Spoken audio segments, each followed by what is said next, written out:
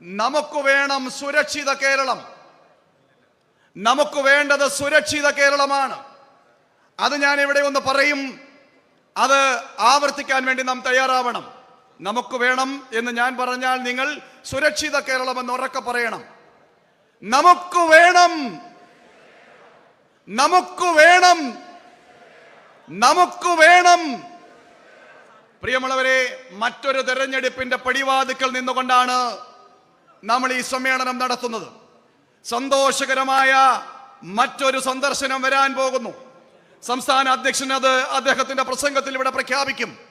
നമ്മൾ ഈ കോർപ്പറേഷൻ ഭരണം പിടിക്കാൻ വേണ്ടി, തൃപ്പൂണിത്തുറ നഗരസഭ പിടിക്കാൻ വേണ്ടി, പാലക്കാട് നഗരസഭ പിടിക്കാൻ വേണ്ടി ജനങ്ങളോട് പറഞ്ഞിട്ടുള്ള എല്ലാ കാര്യങ്ങളും നിറവേറ്റിക്കൊടുത്തുകൊണ്ട് വികസനത്തിന്റെ വിഹായസിലേക്ക് ഈ കൊച്ചു കേരളത്തെ കൈപിടിച്ചു നടത്തി വരാൻ പോകുന്ന നിയമസഭാ തെരഞ്ഞെടുപ്പിൽ കേരളത്തിൽ മാറ്റം കുറിക്കാൻ, അതിന് നേതൃത്വം നൽകാൻ ഇവിടെ എത്തിയിട്ടുള്ള ജനനേതാക്കന്മാർക്ക്, പാർട്ടി നേതാക്കന്മാർക്ക് കഴിയുമാറാകട്ടെ എന്ന് ഞാൻ ആശംസിക്കുകയാണ്. ഞാൻ നിർത്തുകയാണ്. ഈ പത്മനാഭസ്വാമിയുടെ മണ്ണിൽ നമ്മൾ ഈ സമ്മേളനത്തിൽ പങ്കെടുക്കുമ്പോ പ്രിയമുള്ളവരെ, ഈ പത്മനാഭസ്വാമിയുടെ മണ്ണിൽ മുറജപം നടക്കുകയാണ്. മുറജപവും ലക്ഷദ്വീപവും നടക്കുകയാണ്. 14-ാം തീയതി കേരളത്തിൽ നമ്മൾ വിശ്വാസ സംരക്ഷണത്തിന് വേണ്ടി, ശബരിമലയുടെ സംരക്ഷണത്തിന് വേണ്ടി നാട്ടിലും വീട്ടിലും അയ്യപ്പ ജ്യോതി തെളിക്കാൻ തീരുമാനിക്കുമ്പോ ഈ പത്മനാഭസ്വാമിയുടെ മണ്ണിൽ ലക്ഷദ്വീപം തെളിയുകയാണ്. പ്രിയമുള്ളവരെ, ഐശ്വര്യത്തിന്റെ പ്രതീകമായിട്ടുള്ള ആ ഒരു സന്ദർഭത്തിലാണ് നാം ഇവിടെ ഒരുമിച്ച് ചേർന്നിട്ടുള്ളത്. ഐശ്വര്യ കേരളം സൃഷ്ടിക്കാൻ, വികസിത കേരളം സൃഷ്ടിക്കാൻ വരുന്ന നാളുകളിൽ നാടിനെ ചേർത്ത് പിടിച്ചുകൊണ്ട്, ജനങ്ങളെ ചേർത്ത് പിടിച്ചുകൊണ്ട് മുന്നോട്ട് പോകാൻ സർവശക്തൻ എല്ലാവരെയും അനുഗ്രഹിക്കുമാറാകട്ടെ എന്ന് പ്രാർത്ഥിച്ചുകൊണ്ട് ഈ സമ്മേളനത്തിൽ പങ്കെടുക്കുന്നവരെ അഭിവാദ്യം ചെയ്തുകൊണ്ട് ഞാൻ എന്റെ വാക്കുകൾ അവസാനിപ്പിക്കുന്നു. നന്ദി, നമസ്കാരം. Bharat Mata key, Bharat Mata key, Bharat Mata key.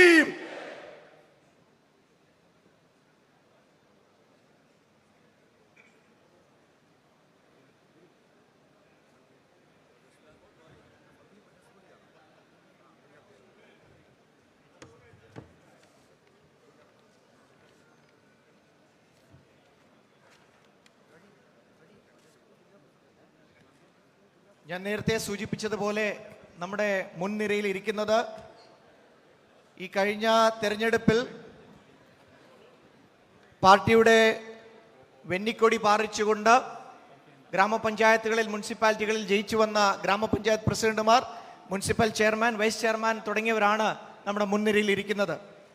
അവരെ ഞാൻ ഈ അവസരത്തിൽ എല്ലാവർക്കും വേണ്ടി പരിചയപ്പെടുത്താൻ ആഗ്രഹിക്കുകയാണ്. ഓരോരുത്തരുടെയും പേര് ഞാൻ വിളിക്കാം. എഴുന്നേറ്റ് നിന്ന് ഇവിടെ വന്നിരിക്കുന്ന മറ്റ് ജനപ്രതിനിധികളെ അഭിവാദ്യം ചെയ്തുകൊണ്ട് സ്വയം ഒന്ന് പരിചയപ്പെടുത്തിയാൽ നന്നായിരിക്കും. ഞാൻ ഓരോരുത്തരുടെയും പേരുകൾ വിളിക്കുന്നതാണ്.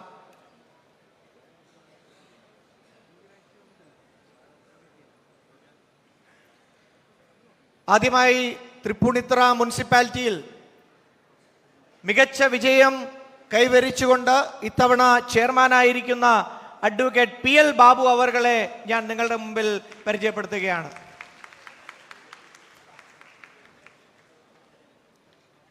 വൈസ് ചെയർമാൻ ശ്രീമതി രാധിക വർമ്മ,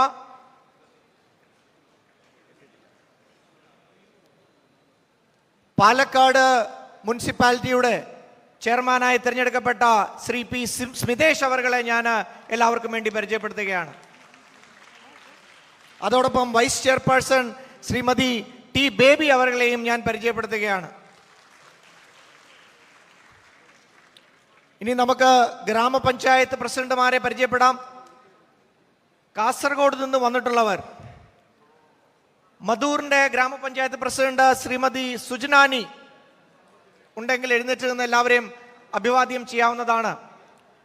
ബദിയടക്കയുടെ ശ്രീ ശങ്കര, അദ്ദേഹം ഇവിടെ ഉണ്ടെങ്കിൽ. കുംബ്ഡജയുടെ യശോദ, ശ്രീമതി യശോദ. ബെല്ലൂരിന്റെ ഗ്രാമപഞ്ചായത്ത് പ്രസിഡന്റ് ശ്രീമതി മാലിനി. കരഡ്കയുടെ ഗ്രാമപഞ്ചായത്ത് പ്രസിഡന്റ് ശ്രീമതി ജനനി ഇവിടെ ഉണ്ടെങ്കിൽ എല്ലാവരെയും അഭിവാദ്യം ചെയ്യാവുന്നതാണ്. പാലക്കാട് വെസ്റ്റ് പുതൂറിന്റെ ഗ്രാമപഞ്ചായത്ത് പ്രസിഡന്റ് ശ്രീ തങ്കവേൽ, പാലക്കാട് ഈസ്റ്റ് അകത്തേത്തറയുടെ ഗ്രാമപഞ്ചായത്ത് പ്രസിഡന്റ് ശ്രീമതി ബിന്ദു PA, തൃശൂർ സിറ്റിയില് പർളത്തിന്റെ ഗ്രാമപഞ്ചായത്ത് പ്രസിഡന്റ് ശ്രീമതി അനിത പ്രസന്നൻ,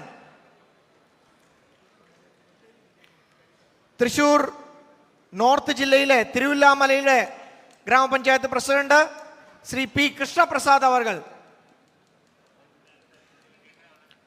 കോട്ടയം ഈസ്റ്റില് പൂഞ്ഞാർ തെക്കേക്കരയുടെ ഗ്രാമപഞ്ചായത്ത് പ്രസിഡന്റ് ശ്രീമതി മിനർവ മോഹൻ, കോട്ടയം വെസ്റ്റ് സംഘടനാ ജില്ലയിലെ ഐമനം പഞ്ചായത്തിന്റെ ഗ്രാമപഞ്ചായത്ത് പ്രസിഡന്റ് ശ്രീമതി ബിന്ദു ഹരികുമാർ. ഇവരൊക്കെ പുറത്തു നിൽപ്പുണ്ടെങ്കിൽ അകത്തേക്ക് കടന്നു വരണമെന്ന് കൂടി ഞാൻ ഈ അവസരത്തിൽ അഭ്യർത്ഥിക്കുകയാണ്. കോട്ടയം വെസ്റ്റ് തന്നെ കിടങ്ങൂര് ശ്രീമതി ഗീത സുരേഷ്,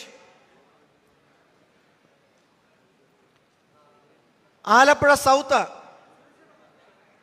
ഇത്തവണ ഒരു മികച്ച മുന്നേറ്റം കാഴ്ചവെച്ച ആലപ്പുഴ സൗത്തിന്റെ ആല ഗ്രാമപഞ്ചായത്ത് ശ്രീ അനീഷ് ബിജു, ശ്രീമതി അനീഷ ബിജു, അതുപോലെ തന്നെ ചെന്നിത്തലയുടെ ശ്രീ ബിനുരാജ്, കാർത്തികപ്പള്ളിയുടെ ശ്രീ ഉല്ലാസ്, തിരുവൻവണ്ടൂരിന്റെ ശ്രീമതി സ്മിത, ബുധനൂരിന്റെ പ്രസിഡന്റ് ശ്രീ പ്രമോദ്, പാണ്ടനാടിന്റെ ഗ്രാമപഞ്ചായത്ത് പ്രസിഡന്റ് ശ്രീമതി ജിജി കുഞ്ഞുമോൻ, ആലപ്പുഴ നോർത്ത് ജില്ലയുടെ പള്ളിപ്പുറം ശ്രീമതി വിനീത സന്തോഷ്, നീലംപേരൂർ ശ്രീ വിനയചന്ദ്രൻ,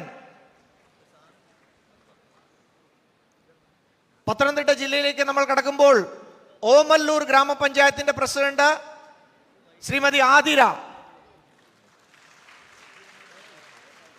പന്തളം തെക്കേക്കരയുടെ ഗ്രാമപഞ്ചായത്ത് president Shrimati Sridevi,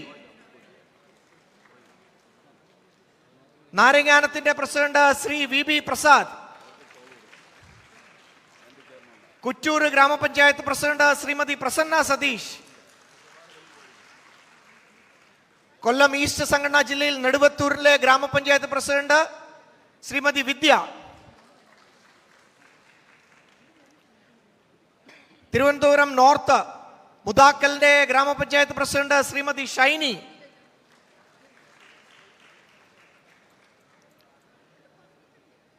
അഴൂരിന്റെ grama panchayat president Shrimati Keerthi Krishnan, Thiruvananthapuram south സംഘടനാ ജില്ലയിൽ വിളപ്പിൽ പഞ്ചായത്തിന്റെ ഗ്രാമപഞ്ചായത്ത് പ്രസിഡന്റ് ശ്രീമതി സൗമ്യ, മാറനെല്ലൂരിന്റെ ഗ്രാമപഞ്ചായത്ത് പ്രസിഡന്റ് ശ്രീമതി മായ PS, അതിയന്നൂരിന്റെ ഗ്രാമപഞ്ചായത്ത് പ്രസിഡന്റ് ശ്രീമതി T പ്രമീള. ഇനിയും ഗ്രാമപഞ്ചായത്ത് പ്രസിഡന്റുമാർ പുറത്തുണ്ടെങ്കിൽ അകത്തേക്ക് കടന്നു വന്ന് മുൻനിരയിൽ ഇരിക്കണമെന്ന് എല്ലാവരോടും ഒരിക്കൽ കൂടി ഞാൻ അഭ്യർത്ഥിക്കുകയാണ്. നമ്മുടെ പരിപാടി തുടരുകയാണ്. അടുത്തതായി നമ്മളെ അഭിസംബോധന ചെയ്യുന്നത് പാർട്ടിയുടെ സമാരാധിയായിട്ടുള്ള സംസ്ഥാന ജനറൽ സെക്രട്ടറി ശ്രീമതി ശോഭ സുരേന്ദ്രൻ അവർകളെ ഞാൻ ആദരപൂർവ്വം ക്ഷണിച്ചുകൊള്ളുന്നു.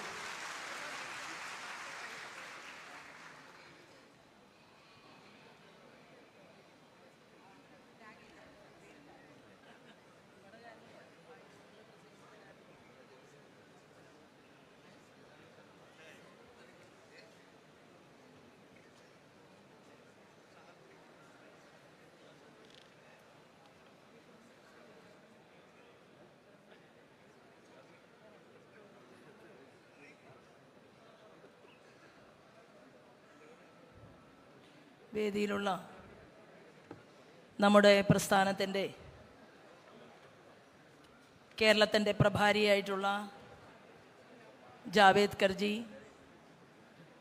നമുക്ക് കേന്ദ്രമന്ത്രിയായി കേരളത്തിൽ നിന്ന് നമ്മളെല്ലാം തന്നെ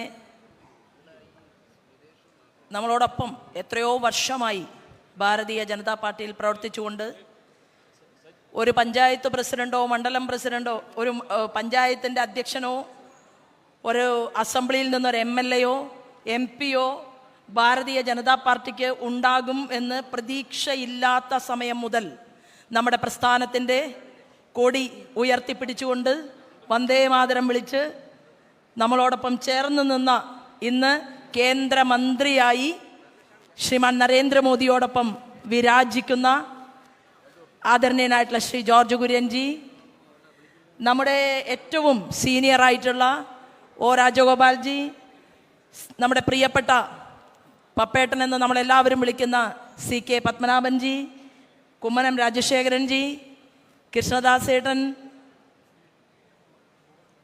ഭാരതീയ ജനതാ പാർട്ടിയുടെ എല്ലാ പ്രസംഗങ്ങളിലും ഞാൻ പറയും, ഭാരതീയ ജനതാ പാർട്ടിക്ക് ഞങ്ങളുടെ പ്രസ്ഥാനത്തിൻ്റെ പേര് ഭാരതീയ ജനതാ പാർട്ടി എന്നാണ്, ഭാരതീയ ഹിന്ദു പാർട്ടി എന്നല്ല.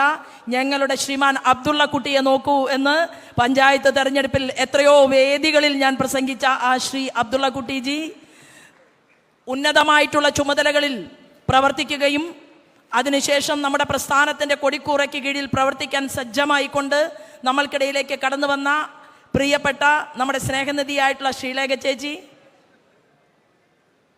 നമുക്കേവർക്കും പൂഞ്ഞാറിലെ സിംഹം ശ്രീമാൻ PC ജോർജ് അവറകൾ, ഭാരതീയ ജനതാ പാർട്ടിയുടെ മുഴുവൻ വരാനിരിക്കുന്ന വേദിയിലേക്ക് കടന്നു വരാനിരിക്കുന്ന ആദരണീയനായിട്ടുള്ള സംസ്ഥാന അധ്യക്ഷൻ, നമ്മളേവരും നമ്മളോട് ഹൃദയം ചേർത്ത് വെച്ചുകൊണ്ട് ഭാരതീയ ജനതാ പാർട്ടിക്ക് മുന്നേറ്റങ്ങളില്ലാത്ത കാലത്ത് പോലും കേരളത്തിലെ ബലിദാനികളെക്കുറിച്ച് ചിന്തിക്കുകയും സംസാരിക്കുകയും ഇന്ത്യൻ രാഷ്ട്രീയത്തിൽ കേരളത്തിലെ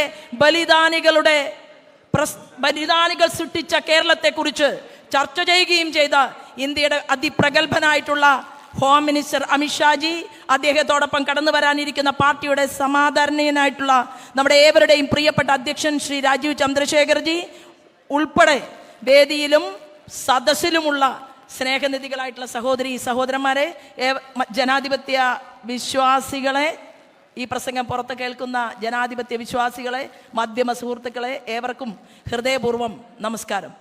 ഇവിടെ എൻ്റെ മുന്നിലിരിക്കുന്നത് പ്രഗത്ഭമതികളായിട്ടുള്ള നേതൃനിരയിൽ പ്രവർത്തിച്ചിട്ടുള്ള ഏറ്റുമാനൂർ രാധാകൃഷ്ണേട്ടനെ പോലെ, ശശിയേട്ടനെ പോലെ, അവിടെ സിനിമാ രംഗത്ത് അദ്വിതീയനായിട്ടുള്ള ദേവൻ ചേട്ടനെ പോലെ, നമ്മുടെ DGP ആയിട്ട് തന്നെ പ്രവർത്തിച്ച് നമ്മുടെ സംഘപരിവാർ പ്രസ്ഥാനത്തിലൂടെ പ്രവർത്തിച്ച് മുന്നോട്ട് വരുന്ന ജേക്കബ് തോമസ് സാറിനെ പോലെ എത്രയോ ആളുകൾ ഈ സദസ്സിൽ ഇരിക്കുകയാണ്. പ്രഗത്ഭന്മാരായിട്ടുള്ള ജില്ലാ അധ്യക്ഷന്മാർ, സംസ്ഥാന ഭാരവാഹികൾ, കഴിഞ്ഞ കാല കേരളത്തിൽ പ്രസ്ഥാനത്തെ മുന്നോട്ട് നയിക്കാൻ വേണ്ടി അക്ഷീണം പ്രയത്നിച്ചു കൊണ്ടിരിക്കുന്ന മുഴുവൻ ആളുകളും ഇരിക്കുന്ന ഈ വേദിയിൽ റോഡിൽ പ്രസംഗിക്കുന്നത് പോലെ അങ്ങനെ സുഖകരമായിട്ട് നമുക്ക് കാര്യങ്ങൾ പ്രസംഗിക്കണം എന്ന് ഞാൻ ആഗ്രഹിക്കുന്നില്ല. കാരണം നമ്മൾ ഓരോരുത്തരും ഇരിക്കുന്നത് നമ്മുടെ ആദരണീയനായിട്ടുള്ള അമിത്ഷാജിയുടെ വരവും കാത്തുകൊണ്ടാണ്. ഞാൻ പറയുന്ന ഓരോ കാര്യങ്ങളും ഇവിടെ ഇരിക്കുന്നവർ എന്നേക്കാൾ കൂടുതൽ മനസ്സിലാക്കുകയും അത് കേരളത്തിൽ നിങ്ങളുടേതെല്ലാം പഞ്ചായത്തുകളിലും അതുപോലെ തന്നെ മുനിസിപ്പാലിറ്റികളിലും കോർപ്പറേഷനുകളിലും നിങ്ങൾ മറ്റുള്ള ജനാധിപത്യ വിശ്വാസികളോട് സമ്മതിച്ചതിനു ശേഷം ഈ വേദി ഇന്ന് കൈയടക്കിയിട്ടുള്ളത്, കഴിഞ്ഞ സംസ്ഥാന മീറ്റിംഗിൽ നമ്മൾ പറഞ്ഞു, മാറാത്തത് മാറും എന്നുള്ള മുദ്രാവാക്യത്തെ മുന്നിൽ വെച്ചുകൊണ്ട് ഭാരതീയ ജനതാ പാർട്ടി മുന്നോട്ട് പോകുമ്പോൾ വരാനിരിക്കുന്ന അടുത്ത തെരഞ്ഞെടുപ്പ് സമയത്ത് ഭാരതീയ ജനതാ പാർട്ടിയുടെ ജില്ലയുടെ ജനറൽ സെക്രട്ടറി എണീറ്റ് നിന്നുകൊണ്ട് പറയും, ഞാൻ ഇന്ന പ്രദേശത്തെ മുനിസിപ്പാലിറ്റിയിലെ ചെയർമാൻ ആണ് എന്ന് പറഞ്ഞ് പരിചയപ്പെടും എന്ന് നമ്മൾ ഓരോ ജില്ലകളിലും പറഞ്ഞിരുന്നു. ഇപ്പൊ നോക്കുന്ന സമയത്ത് ഓരോ ജില്ലകളിലും ജനപ്രതിനിധികളായി ജനങ്ങളെ അഭിമുഖീകരിക്കുകയും വിജയിക്കുകയും മുനിസിപ്പൽ ചെയർമാനായിട്ടും നമ്മുടെ ഈ അനന്തപുരിയുടെ തന്നെ കോർപ്പറേഷന്റെ വാതിൽ ജനങ്ങൾ തുറന്നു കൊടുത്തുകൊണ്ട് ഭാരതീയ ജനതാ പാർട്ടി നേതൃത്വം നൽകുന്ന NDAയെ ഹൃദയപൂർവ്വം സ്വീകരിച്ചപ്പോൾ നമ്മുടെ പ്രിയപ്പെട്ട ശ്രീമാൻ VV രാജേഷ്, അദ്ദേഹം ഉപരാഷ്ട്രപതി വരുന്ന വിമാനത്താവളത്തിൽ ആ മേയറുടെ കോട്ടിട്ട് നിൽക്കുന്ന കാഴ്ച എന്നെയും നിങ്ങളെയും പുളകം ചാർത്തിയിട്ടുണ്ട് നമ്മുടെ ഹൃദയത്തിൽ എന്നുള്ള കാര്യത്തിൽ തർക്കമില്ല. നമ്മൾ എത്രയോ തവണ കേന്ദ്രമന്ത്രിമാരെ, ഇന്ത്യയുടെ പ്രൈം മിനിസ്റ്ററെ സ്വീകരിക്കാൻ തിരുവനന്തപുരത്ത് വന്നിട്ടുണ്ട്. നമ്മൾ എത്രയോ തവണ അധികാര കേന്ദ്രങ്ങളിൽ വിരാജിക്കുന്ന വലിയ വലിയ ആളുകൾ നമ്മുടെ കേരളത്തിലേക്ക് വരുന്ന സമയത്ത് അവർക്ക് പൂച്ചെണ്ട് കൊടുക്കാൻ പോകും, അവരെ സ്വീകരിക്കാൻ ഷാളുമായിട്ട് നമ്മൾ പോകും. എന്നാൽ നമ്മൾ കണ്ട കാഴ്ച, നമ്മുടെ പ്രസ്ഥാനത്തിന്റെ കൊടി പിടിച്ചുകൊണ്ട് പതിറ്റാണ്ടുകൾ പ്രവർത്തിച്ച് ഭാരതീയ ജനതാ പാർട്ടിയുടെ ഏതു ചുമതലയിലും പ്രവർത്തിച്ചതിന് ശേഷം നിങ്ങൾ ഒരു കോർപ്പറേഷനിലെ ഒരു വാർഡിൽ നിങ്ങൾ മത്സരിക്കണമെന്ന് പാർട്ടി തീരുമാനിച്ചപ്പോ ജില്ലാ പ്രസിഡന്റിന്റെ പദവിയിൽ ഇരുന്നു കൊണ്ട് തന്നെ ആ വാർഡിൽ മത്സരിക്കാൻ തീരുമാനമെടുത്ത് മുന്നോട്ട് പോയിട്ടുള്ള നമ്മുടെ പ്രിയപ്പെട്ട രാജേഷ് ആരാണെങ്കിലും ആ കോട്ടിട്ടുകൊണ്ട് നിൽക്കുന്ന ഒരു കാഴ്ച നമ്മുടെ എല്ലാം തന്നെ മനസ്സ് കവരുന്ന രീതിയിലായിരുന്നു കേരളം മുഴുവൻ. ആ കാഴ്ചയ്ക്ക് നമ്മൾ സാക്ഷ്യം വഹിച്ചു. ഇവിടെ വരാൻ പോകുന്ന നാളുകളിൽ നമ്മൾ പറഞ്ഞിരുന്നു, ഭാരതീയ ജനതാ പാർട്ടി നേതൃത്വം നൽകുന്ന NDA നമ്മൾ പറഞ്ഞു, മാറാത്തത് മാറും എന്നുള്ള മുദ്രാവാക്യം നമ്മൾ ഒരുമിച്ച് ഏറ്റെടുത്തുകൊണ്ട് ഈ കേരളത്തിൽ മുന്നോട്ട് പോകുമ്പോൾ അവിശുദ്ധ രാഷ്ട്രീയ സഖ്യം ഇരു മുന്നണികളും ഉണ്ടാക്കിയിരുന്നു എന്നതിന്റെ അവസാനത്തെ സൂചകം ഇന്നലെ ചില പ്രദേശങ്ങളിൽ നിന്ന് പുറത്തു വരികയുണ്ടായി. ആ സൂചകം എന്താണെന്ന് അറിയുമോ? തെരഞ്ഞെടുപ്പിന്റെ ദിവസം രാവിലെ മാർക്സിസ്റ്റ് പാർട്ടിയുടെ സംസ്ഥാന സെക്രട്ടറി ശ്രീമാൻ ഗോവിന്ദൻ മാസ്റ്റർ പറഞ്ഞു കേരളത്തിലെ ജനങ്ങളോട്, BJP അധികാരത്തിൽ വരാതിരിക്കാൻ ആവുന്നത്ര പരിശ്രമം ഞങ്ങൾ ചെയ്യും എന്ന്. തെരഞ്ഞെടുപ്പിന്റെ വോട്ടെണ്ണുന്ന ദിവസം കേരളത്തിലെ ജനാധിപത്യ വിശ്വാസികളെ മുന്നിൽ നിർത്തിക്കൊണ്ട് ഈ ഒരു പാർട്ടിയുടെ തലപ്പത്തിരിക്കുന്ന ഒരു മനുഷ്യന്റെ പ്രസ്താവന ഞാനും നിങ്ങളും കേട്ടു. അതേ ദിവസം തന്നെയാണ് കോൺഗ്രസിന്റെ തലപ്പത്തിരിക്കുന്ന സണ്ണി ജോസഫ് പറഞ്ഞത്. എന്താണ്? ഇവർ വരാതിരിക്കാൻ ആവശ്യമായിട്ടുള്ള കാര്യങ്ങളെല്ലാം കോൺഗ്രസ് പാർട്ടിയും ചെയ്യും എന്നവർ പറഞ്ഞു. ഒരു കാര്യം ഉറപ്പാണ്, അവർ തെരഞ്ഞെടുപ്പിന് ശേഷം നടക്കാൻ പോകുന്ന കാര്യങ്ങളെ കുറിച്ചായിരുന്നു പറഞ്ഞതെങ്കിൽ നമുക്ക് മനസ്സിലാക്കാൻ സാധിച്ചു. ഇവിടെ എത്തിയിട്ടുള്ള നിയോജക മണ്ഡലത്തിന്റെ അധ്യക്ഷന്മാർക്ക് മനസ്സിലായിട്ടുണ്ടാകും, ഭാരതീയ ജനതാ പാർട്ടിയുടെ ജില്ലാ പ്രസിഡന്റുമാർക്ക് മനസ്സിലായിട്ടുണ്ടാകും, ഈ അവിശുദ്ധമായിട്ടുള്ള സഖ്യം കോൺഗ്രസും മാർക്സിസ്റ്റ് പാർട്ടിയും അണിയറയിൽ അവർ എടുത്തതുകൊണ്ട് നമ്മൾ ഓരോ പ്രദേശങ്ങളിലും എത്രയോ സീറ്റുകളിൽ 2ാം സ്ഥാനക്കാരായി പോയി കേരളത്തിൽ എന്നുള്ളതാണ്. നമ്മളെ 1ാം സ്ഥാനത്ത് വരാതിരിക്കാൻ ഭാരതീയ ജനതാ പാർട്ടിക്ക് ഓരോ ജില്ലയിലെയും നേതൃത്വം എണീറ്റ് നിന്നുകൊണ്ട് ഇന്ന പഞ്ചായത്തിൽ ഞങ്ങൾക്ക് ഇത്ര ആളുകൾ വിജയിച്ചിട്ടുണ്ട് എന്ന് കേരള രാഷ്ട്രീയം ചർച്ച ചെയ്യപ്പെടാതിരിക്കാൻ വേണ്ടി അവിശുദ്ധമായിട്ടുള്ള രാഷ്ട്രീയ സഖ്യം അവരുണ്ടാക്കി. ഇന്നലെ ഞാൻ കേട്ടത്, ആലപ്പുഴയിലെ കായംകുളം നിയോജക മണ്ഡലത്തില് മുഖ്യമന്ത്രിയുടെ പ്രത്യേക നിർദ്ദേശപ്രകാരം അവിടെ 6 പഞ്ചായത്തുകളിൽ തെരഞ്ഞെടുപ്പിന് മുൻപ് അവർ സഖ്യം ചെയ്തിരുന്നു. അതിന്റെ ഏറ്റവും വലിയ സൂചകമാണ് ഇന്നലെ പല പ്രമുഖമായിട്ടുള്ള നോമിനേഷനുകളും 2 പാർട്ടിയും ഒരുമിച്ച് ചേർന്നുകൊണ്ട് പരസ്പരം സഹകരിച്ച് വോട്ട് ചെയ്തുകൊണ്ട് ആലപ്പുഴയിൽ അവർ നേടിയെടുത്തതിന്റെ ചിത്രം ഇന്ന് കേരളത്തിൽ പുറത്തു വന്നിരിക്കുകയാണ്. ഇത് ഓരോ ജില്ലകളിലും നമ്മൾ പരിശോധിക്കണം. ഓരോ ജില്ലകളിലും പരിശോധന നടത്തിക്കൊണ്ട് ജില്ലയുടെയും നിയോജക മണ്ഡലത്തിന്റെയും അമരക്കാർ ആ ചരിത്രം പൊതുസമൂഹത്തോട് തുറന്നു പറയണം. എങ്ങനെയാണ് നമ്മൾ 2ാം സ്ഥാനത്തായി പോയത്? ഭാരതീയ ജനതാ പാർട്ടിയിലേക്ക് മാർക്സിസ്റ്റ് പാർട്ടിയിൽ നിന്ന് ജില്ലാ പഞ്ചായത്ത് മെമ്പറായിട്ടിരുന്ന ഒരു വ്യക്തി, നമ്മുടെ പ്രിയപ്പെട്ട ബിപിൻ സി ബാബു നമ്മുടെ പാർട്ടിയിലേക്ക് കടന്നു വന്നു. ബിപിൻ സി ബാബു നമ്മുടെ പാർട്ടിയിലേക്ക് കടന്നു വരുമ്പോൾ നമ്മുടെ ജനറൽ സെക്രട്ടറി ശ്രീ സുരേഷ് പറയുകയാണ്, നമ്മുടെ രാഷ്ട്രീയ നിരൂപകനായിരുന്ന, ഞാൻ സത്യത്തിൽ കണ്ടില്ല, ഏറെക്കാലം പൊതു ചർച്ചകൾക്കെല്ലാം നേതൃത്വം കൊടുത്തിരുന്ന ശ്രീമാൻ റെജി ലൂക്കോസ്, അദ്ദേഹം ഇവിടെ ഇരിക്കുന്നുണ്ട്. അദ്ദേഹം നമ്മുടെ പ്രസ്ഥാനത്തിനകത്തേക്ക് കടന്നു വന്നിരിക്കുകയാണ്. അദ്ദേഹത്തിന് 2 വന്ദേ മാതരം ചൊല്ലിക്കൊണ്ട് അദ്ദേഹത്തിന് അഭിവാദ്യം അർപ്പിക്കാൻ ഈ അവസരത്തെ ഞാൻ ഉപയോഗപ്പെടുത്തുകയാണ്. അപ്പൊ ഞാൻ പറഞ്ഞു വന്നത്, ഓരോ പ്രദേശത്തെയും നേതൃനിരയിൽ പ്രവർത്തിക്കുന്നവർ ഒരു പുസ്തകവും പേനയും എടുത്തുകൊണ്ട് അതത് പഞ്ചായത്തുകളിൽ നിങ്ങൾ നോക്കണം. അവിടെ കോൺഗ്രസിന് കിട്ടിയ സ്ഥാനാർത്ഥിക്ക് കിട്ടിയ വോട്ട് എത്രയാണ്? മാർക്സിസ്റ്റ് പാർട്ടിയുടെ സ്ഥാനാർത്ഥിക്ക് കിട്ടിയ വോട്ട് എത്രയാണ്? ലീഗുകാരന് കിട്ടിയ വോട്ട് എത്രയാണ്? കഴിഞ്ഞ തെരഞ്ഞെടുപ്പിൽ അവർക്ക് എത്ര വോട്ടാണ് ഉണ്ടായിരുന്നത്? ആ വോട്ടുകൾ അവർ എവിടേക്കാണ് ഷിഫ്റ്റ് ചെയ്യിച്ചിട്ടുള്ളത് എന്നതിനെ കുറിച്ച് പരിശോധിച്ച് അതത് പ്രദേശങ്ങളിൽ പ്രാദേശിക ചാനലുകളോട് സംവദിക്കാൻ മണ്ഡലത്തിന്റെ കാര്യകർത്താക്കന്മാരും ജില്ലയിലെ പ്രമുഖമായിട്ടുള്ള മാധ്യമങ്ങളെ വിളിച്ചു ചേർത്തുകൊണ്ട് ജില്ലയുടെ അധ്യക്ഷന്മാരും തീരുമാനമെടുത്താൽ ഇവരുടെ ഈ കള്ളക്കളി കേരള രാഷ്ട്രീയത്തിൽ പൊളിച്ചെഴുതാൻ നമുക്ക് സാധിക്കും.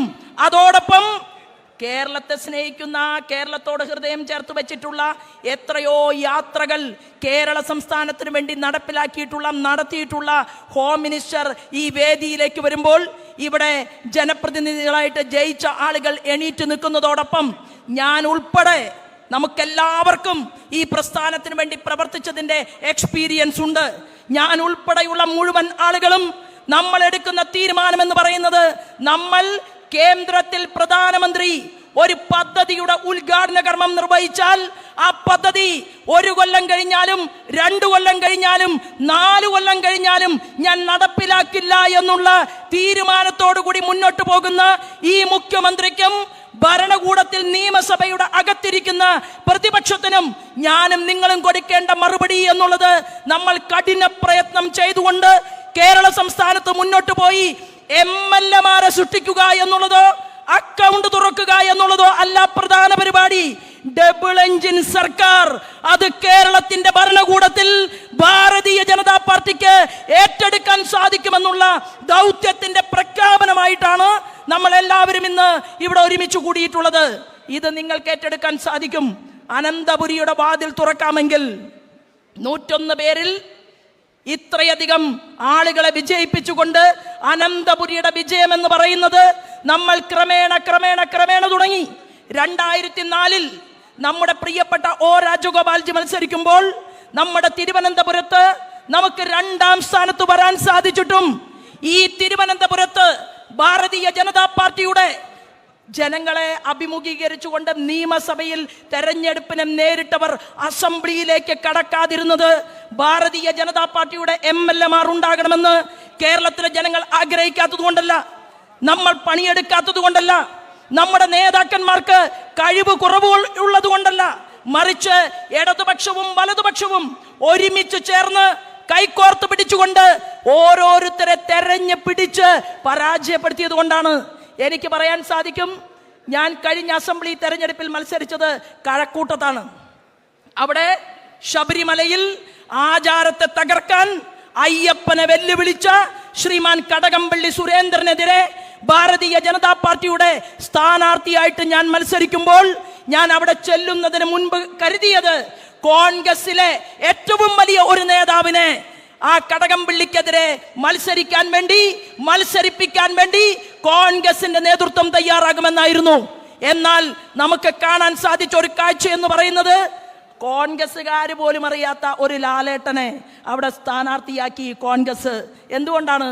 കടകംപള്ളിയെ വിജയിപ്പിക്കാൻ വേണ്ടി. കഴക്കൂട്ടത്തെ കടകംപള്ളിയെ വിജയിപ്പിക്കാൻ എടുത്ത അതേ തീരുമാനമായിരുന്നു മഞ്ചേശ്വരത്ത് ശ്രീമാൻ സുരേന്ദ്രനെതിരെ പ്രയോഗിച്ചത്. ശ്രീമാൻ സുരേന്ദ്രൻ കേരള നിയമസഭയ്ക്കകത്ത് കടക്കരുത് എന്ന് തീരുമാനമെടുത്തുകൊണ്ട് ആരാണോ ജയിക്കേണ്ടയാളെന്ന് കോൺഗ്രസും മാർക്സിസ്റ്റ് പാർട്ടിയുടെയും നേതാക്കന്മാർ അണിയറയിൽ തീരുമാനമെടുക്കും. അവർ നമ്മളെ തോൽപ്പിക്കും. 1/2 ഡസൻ ആളുകളെയാണ്, ഞാൻ ഉൾപ്പെടെ 1/2 ഡസൻ ആളുകളെ കഴിഞ്ഞ തെരഞ്ഞെടുപ്പിൽ 2ാം സ്ഥാനത്ത് നിർത്തി. പ്രിയപ്പെട്ടവരെ, 5 വർഷം പിന്നോട്ട് വീണ്ടും നമ്മൾ ചിന്തിക്കുക. 5 വർഷം പിറകിലായിട്ട് നമ്മൾ പോയാൽ അതിൻ്റെ 5 വർഷം മുമ്പ് പാലക്കാട് ഞാൻ മത്സരിക്കാൻ പോയി. ഞാൻ അവിടെ ചെന്നപ്പോൾ കണ്ട കാഴ്ച, പ്രഗത്ഭനാണ് എന്ന് കേരളത്തിന് ബോധ്യമുള്ള, മാർക്സിസ്റ്റ് പാർട്ടിക്കും കുറച്ചു ബോധ്യമുള്ള പാലക്കാട്ടുകാരനായ NN കൃഷ്ണദാസ് എന്ന് പറയുന്ന 10 വർഷത്തിലധികം ഇന്ത്യൻ പാർലമെന്റിൽ ഇരുന്ന് കരുത്തു തെളിയിച്ച ആ NN കൃഷ്ണദാസിനെ ഷാഫി പറമ്പലിനെതിരെ മത്സരിപ്പിക്കുന്നു. കോൺഗ്രസും മാർക്സിസ്റ്റ് പാർട്ടിയും മത്സര രംഗത്ത് മുന്നോട്ട് പോകുന്നു. അവിടെ നിങ്ങളുടെ സഹോദരിയായിട്ടുള്ള ഞാനും മത്സര രംഗത്ത് നിൽക്കുന്നു. എലക്ഷന്റെ വോട്ട് പെട്ടിയിലാകുന്നതിന് 10 ദിവസം മുൻപ് ശ്രീമാൻ NN കൃഷ്ണദാസിനെ കാണാതാവുന്നു. എവിടെയുമില്ല, പ്രസംഗമില്ല, അദ്ദേഹത്തിൻ്റെ യാത്രകളില്ല, അദ്ദേഹം ആരുടെയും വീടുകളിൽ കയറുന്നില്ല. NN കൃഷ്ണദാസിനെ കണ്ടുപിടിക്കണമെന്ന് ആവശ്യപ്പെട്ടുകൊണ്ട് അവിടുത്തെ പോലീസ് അധികാരിക്ക് സ്ഥാനാർത്ഥി എന്നുള്ള രീതിയിൽ നമ്മളൊരു പരാതി നൽകി. അത് തമാശയായിരുന്നു എങ്കിൽ പോലും അത് ജനങ്ങളെ ബോധവൽക്കരിക്കാൻ വേണ്ടിയായിരുന്നു.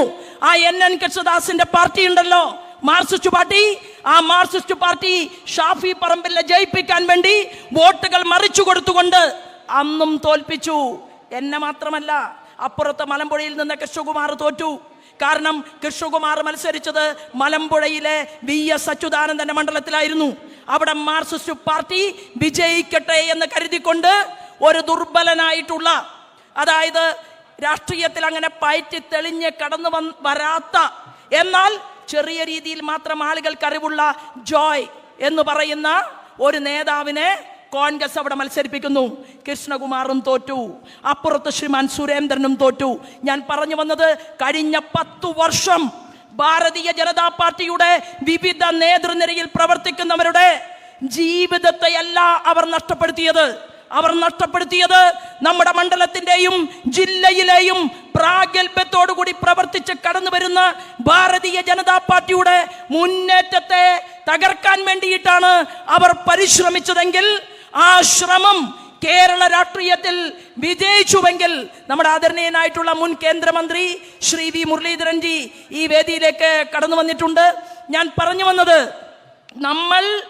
നമ്മളെ തോൽപ്പിക്കുക എന്നുള്ളതല്ല, ഏതെങ്കിലും വ്യക്തികളെ തോൽപ്പിക്കുക എന്നുള്ളതല്ല.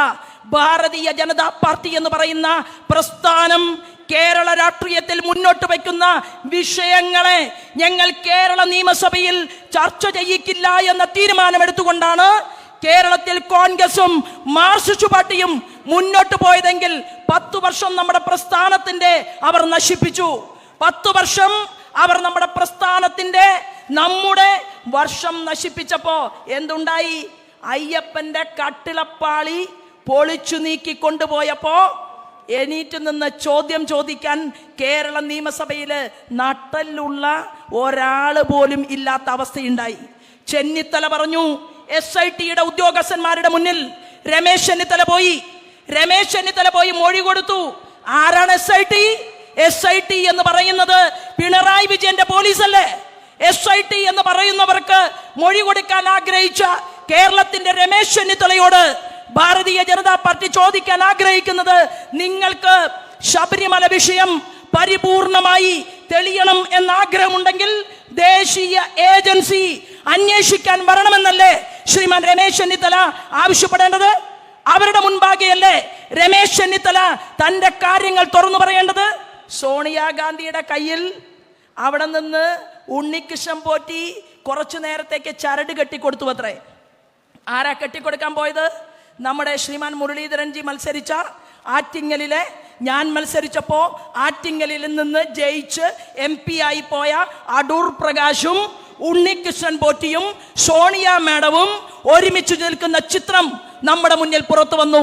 അപ്പൊ ഒരു കാര്യം ഉറപ്പായി, അടൂർ പ്രകാശിനും ഉണ്ണികൃഷ്ണൻ പോറ്റിക്കും സോണിയ മാഡത്തിനും ഈ കട്ടിളപ്പാളി പൊളിച്ചതിനെ കുറിച്ച് അറിയാം. വെറുതെ സോണിയാഗാന്ധിയെ കാണാൻ പോകുമോ?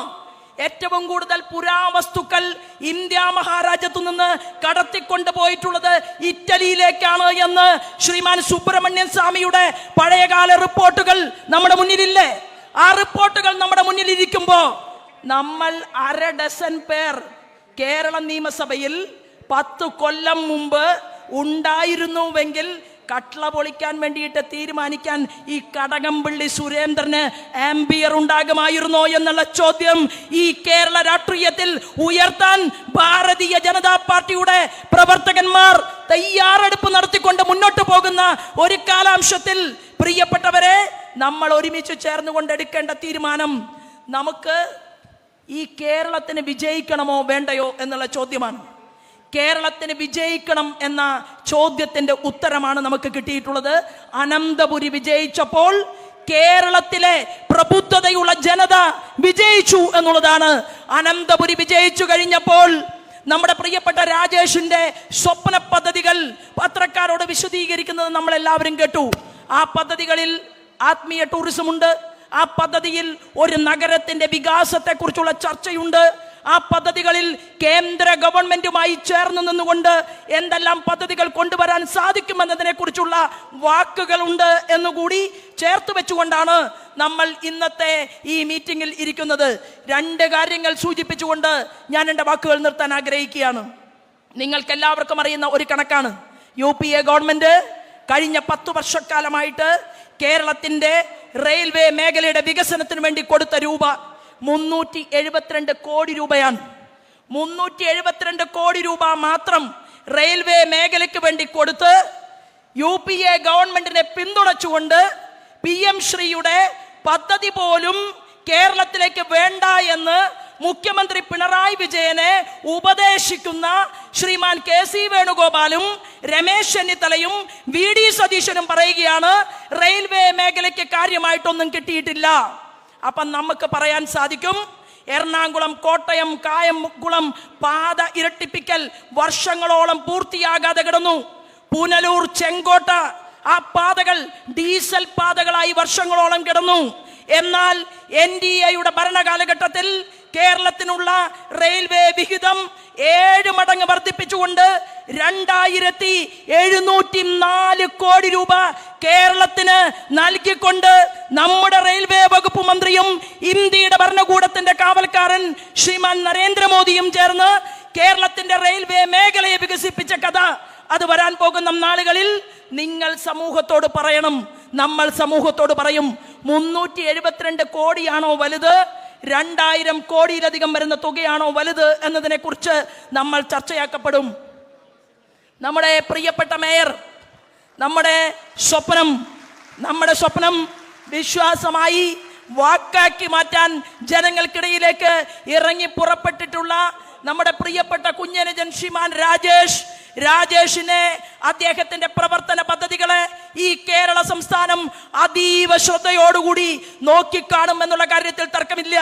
ഓരോ ലീഡറോടും വിജയിച്ചു കഴിഞ്ഞാൽ ഇന്ത്യയുടെ പ്രൈം മിനിസ്റ്റർ പറഞ്ഞിട്ടുള്ള പോയിന്റ് ഇങ്ങനെയാണ്: നിങ്ങൾ ശ്രീമാൻ VV രാജേഷ് സംസ്ഥാന നേതാവായിട്ടുണ്ട്, VV രാജേഷ് ജില്ലയുടെ അധ്യക്ഷനായിട്ടുണ്ട്.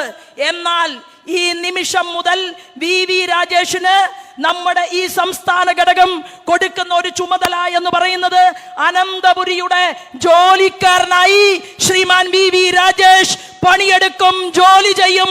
അത് കേരളം മുഴുവൻ കാണുമെന്നുള്ള ഉത്തരവാദിത്വമാണ് സംസ്ഥാന ഘടകവും അഖിലേന്ത്യാ ഘടകവും നമ്മുടെ പ്രിയപ്പെട്ട അനുജൻ രാജേഷിനെ ഏൽപ്പിച്ചു കൊടുക്കുന്നത്.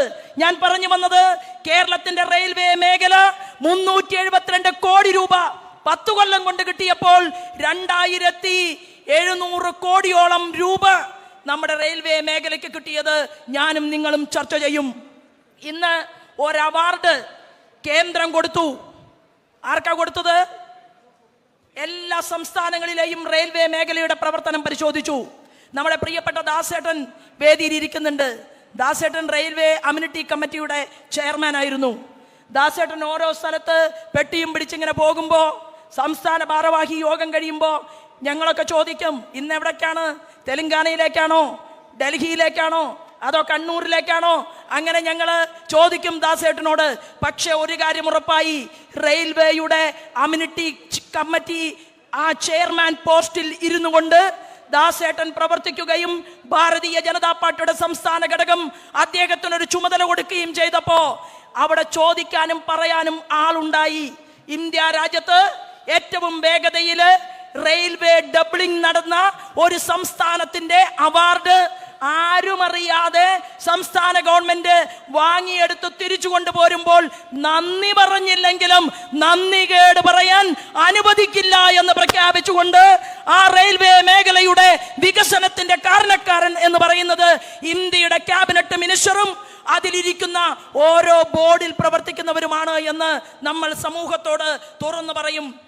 പ്രിയപ്പെട്ടവരെ, സുഹൃത്തുക്കളെ, ദേശീയപാതയെ കുറിച്ച് പറഞ്ഞാൽ 2 മുഖ്യമന്ത്രിമാർ ആലപ്പുഴയിൽ നിന്നുണ്ടായിരുന്നു, 4 കേന്ദ്രമന്ത്രിമാർ ആലപ്പുഴയിൽ നിന്നുണ്ടായിരുന്നു. അവിടെ ഇപ്പോ എല്ലാ സ്ഥലത്തും കോൺഗ്രസിന്റെ KC വേണുഗോപാലിന്റെ നേതൃത്വത്തിൽ ഒരു പ്രത്യേകമായിട്ടുള്ള ചാനലുകളൊക്കെ തുടങ്ങി ചില മാധ്യമങ്ങളെയൊക്കെ ഉപയോഗപ്പെടുത്തിക്കൊണ്ട് ഹൈവേ വികസനത്തെ കുറിച്ച് സംസാരിച്ചു കൊണ്ടിരിക്കുകയാണ്. നമ്മൾ പറയണം, കേരളത്തിൽ നമ്മൾ പറയാൻ ആഗ്രഹിക്കുന്നത് അവിടെ ഒരു ദേശീയ പാതയുടെ ഉദ്ഘാടനമല്ല, ദേശീയ പാത വേണോ വേണ്ടോ എന്ന് 1980 ആലോചിച്ചു. ദേശീയ പാതയ്ക്ക് വേണ്ടിയിട്ട് സാങ്ഷൻ കൊടുക്കാൻ 5 കൊല്ലം കാത്തിരിക്കേണ്ടി വന്നു. എന്നാൽ ഇന്ത്യയുടെ പ്രൈം മിനിസ്റ്റർ ശ്രീമാൻ നരേന്ദ്രമോദിയുടെ നാട്ടിൽ ശ്രീമാൻ ഗഡ്കരി ഒരു പദ്ധതി ഓർത്താൽ തീരുമാനമെടുത്താൽ സ്വിച്ചിട്ട് കഴിഞ്ഞാൽ അതീവ വേഗതയിൽ ആ പദ്ധതി കേരളത്തിൽ പ്രാവർത്തികമാക്കപ്പെടാൻ പോവുകയാണ്. നമ്മുടെ പ്രിയപ്പെട്ട കുര്യൻജി വേദിയിൽ ഇരിക്കുന്നുണ്ട്. എത്ര കോടി കൊടുത്തു എന്ന് അദ്ദേഹത്തിന് അറിയാം. അതായത് ഞങ്ങള് കഴിഞ്ഞ ദിവസം മീറ്റിംഗിൽ സംസാരിക്കുമ്പോൾ 2000 കോടി രൂപയ്ക്കടുത്ത് ഫിഷറീസ് മേഖലയ്ക്ക് വേണ്ടി ഈ കേരളത്തിന് സംഭാവന ചെയ്തു കഴിഞ്ഞു കേന്ദ്ര ഗവൺമെന്റ്. 2000 കോടി രൂപയോളം ഒരു സാധാരണക്കാരൻ ഭാരതീയ ജനതാ പാർട്ടിയുടെ ചുമതലയിലൂടെ കടന്നു വന്ന് കേന്ദ്രമന്ത്രിയായി സാധാരണക്കാരിൽ സാധാരണക്കാരനെ പോലെ ജനാധിപത്യ വിശ്വാസികളോട് ഇടപെട്ടുകൊണ്ട് എവിടെ നിന്നും പരാതികൾ സ്വീകരിച്ചുകൊണ്ട് ഇവിടേക്ക് പദ്ധതികൾ കൊടുക്കുമ്പോൾ ഇവിടത്തെ മന്ത്രി ചിഞ്ചുറാണിയുടെ ഫ്ലക്സ് ബോർഡ് അല്ലാതെ ശ്രീമാൻ ജോർജ് കുര്യന്റെ ഫ്ലക്സ് ബോർഡോ നന്ദി വാക്കോ കേരളത്തിന്റെ പിണറായി വിജയന്റെ ഭാഗത്തു നിന്ന് ഉണ്ടായിട്ടില്ല എന്നുള്ള ബോധ്യം അത് മനസ്സിലാക്കിക്കൊണ്ട് കാസർഗോഡ് മുതൽ തിരുവനന്തപുരം വരെയുള്ള ജില്ലാ അധ്യക്ഷന്മാരുടെ ശ്രദ്ധയിലേക്ക് ഞാൻ പറയാൻ ആഗ്രഹിക്കുകയാണ്. നമ്മുടെ കേന്ദ്രമന്ത്രിമാർ ചെയ്യുന്ന പ്രവൃത്തികളെ കുറിച്ച് ഞാനും നിങ്ങളും പൊതുസമൂഹത്തോട് മൈക്കിലൂടെ വിളിച്ചു പറയണം, ഫ്ലക്സ് ബോർഡുകളിലൂടെ വിളിച്ചു പറയണം, നോട്ടീസുകളിലൂടെ വിളിച്ചു പറയണം. ഈ കാര്യകർതൃത്വം ഏറ്റെടുത്തുകൊണ്ട് നമ്മൾ മുന്നോട്ട് പോകണം എന്നുകൂടി സൂചിപ്പിക്കാൻ ഞാൻ ആഗ്രഹിക്കുകയാണ്. ഒരു മന്ത്രി കൂടിയുണ്ട്, ശ്രീമാൻ സുരേഷ് ഗോപി. എല്ലാവരും പറയുന്നത് അദ്ദേഹത്തിന് പെരുമാറാൻ അറിയില്ല. അദ്ദേഹത്തിന് പെരുമാറാൻ അറിയില്ല എന്ന് പറഞ്ഞാൽ അദ്ദേഹം BJP കാരനായിരുന്നോ? അദ്ദേഹം പഞ്ചായത്ത് പ്രസിഡന്റ് ആയിട്ടുണ്ടോ? അദ്ദേഹം നിയോജകമണ്ഡലത്തിന്റെ അധ്യക്ഷനായിട്ടുണ്ടോ? അദ്ദേഹം ജില്ലയുടെ പ്രസിഡന്റ് ആയിട്ടുണ്ടോ? അദ്ദേഹം സിനിമാ മേഖലയിൽ നിന്ന് അപ്രപാളികളിൽ തങ്കസൂര്യനെ പോലെ തിളങ്ങി നിൽക്കുന്ന ഒരു സമയത്ത് ഇന്ത്യയുടെ പ്രധാനമന്ത്രിയോടും ആഭ്യന്തര വകുപ്പ് മന്ത്രിയോടും ഉണ്ടായിട്ടുള്ള കൗതുകത്തിന്റെയും സ്നേഹത്തിന്റെയും അടിസ്ഥാനത്തിൽ ഞാൻ ഈ നാടിന്റെ വികസനത്തിന്റെ കാരണക്കാരനായ ശ്രീമാൻ നരേന്ദ്രമോദിയോടൊപ്പം ചേർന്ന് നിന്ന് പ്രവർത്തിക്കാൻ ആഗ്രഹിക്കുന്നു എന്ന് തീരുമാനമെടുത്തുകൊണ്ട് കടന്നു വന്ന ശ്രീമാൻ സുരേഷ് ഗോപിക്ക് ഒരുപക്ഷെ ശോഭാ സുരേന്ദ്രനെ പോലെയോ ശ്രീമാൻ സുരേന്ദ്രനെ പോലെയോ മാധ്യമ സുഹൃത്തുക്കളോടോ ജനങ്ങളോടോ ഇടപഴകാൻ കഴിഞ്ഞു എന്ന് വരില്ല. അദ്ദേഹത്തിന്റെ ജോലി സിനിമാ മേഖലയിലെ അഭിനയമായിരുന്നു. എന്നാൽ ഞങ്ങൾ കണക്ക് പറയിക്കും, തൃശൂർ ജില്ലയിലേക്ക് എന്തെല്ലാം പദ്ധതികൾ ശ്രീമാൻ സുരേഷ് ഗോപി കൊടുത്തു, നിങ്ങൾ എന്ത് നടപ്പിലാക്കി, എന്താ നടപ്പിലാക്കാത്തത്? തൃശൂർ പേരൂരിന്റെ ജില്ലാ കലക്ടറുടെ മുൻപാകെ എത്രയോ തവണ ഭാരതീയ ജനതാ പാർട്ടിയുടെ നേതൃത്വം ചെന്നു.